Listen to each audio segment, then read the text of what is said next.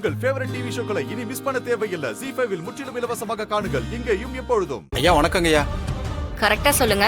எங்க அண்ணனுக்கும் இங்க நிக்கிற மாறனுக்கும் எப்ப சண்டை நடந்துச்சு? அதான் ஏற்கனவே நான் சொல்லிட்டேனுங்க. இந்த ஆக்சிடென்ட் நடக்கிறதுக்கு கொஞ்ச நாளைக்கு முன்னாடி 23ஆம் தேதின்னு எஃப்ஐஆர்ல இருக்கு. நீங்க சொன்ன தேதியில எந்த மாற்றமும் கிடையாதுல்ல? இல்ல. நீங்க தெளிவா இருக்கீங்களா? தெளிவா இருக்கேன். அன்னைக்கு தான் என் பொண்ணோட பர்த்டே. அதனால அது எனக்கு மறக்காது. கரெக்ட்னா. அப்போ நீங்க தேதியை மறக்காம கரெக்டா தான் சொல்லிருப்பீங்க. ஆமா. சரி.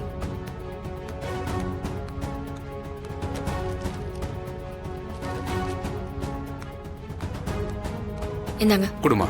ஐயா, இவர் சொன்ன தேதியில நாங்க ஃபேமிலியா திருநெல்வேலியில நடந்த ஒரு கல்யாணத்துக்கு போயிருந்தோம். அதுக்கான ஆதாரங்க ஐயா இது.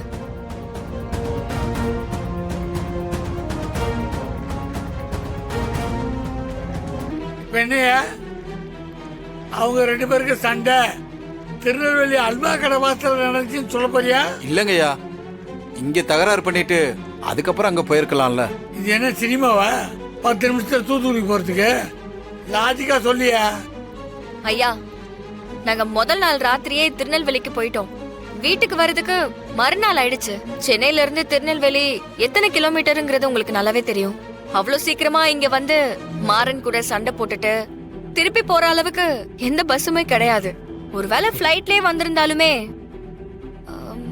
இவர் சொன்ன டைம்ல நடந்திருக்க வாய்ப்பே கிடையாது. அதுக்கு எங்களுக்கு எந்த வசதியுமே இல்லைங்கய்யா. நீ போய் சாச்சியா? இல்லங்கய்யா, நான் சொன்னது எல்லாமே உண்மைங்கய்யா. இந்த பொண்ணு தான் ஏதோ போட்டோவை எடிட் பண்ணி பொய் சொல்லிக்கிட்டு இருக்கீங்கய்யா. இவங்க அண்ணன் ஆட்டோவை மாறங்காரு சேஸ் பண்ணி போனதை என் கண்ணால பாத்தாங்கய்யா. முன்பகை இருக்கிறதுனால தானே இவர் சேஸ் பண்ணி போய் ஆக்சிடென்ட் பண்ணாரு. உன் கண்ணுல பிரச்சனை இருக்குன்னு அந்த பொண்ணு ஏற்கனவே ப்ரூவ் பண்ணிடுச்சு. இதுக்கு மேலே ஒரே விஷயத்த விட்டுட்டு இருக்கிய. எங்க காதெல்லாம் பாவையா.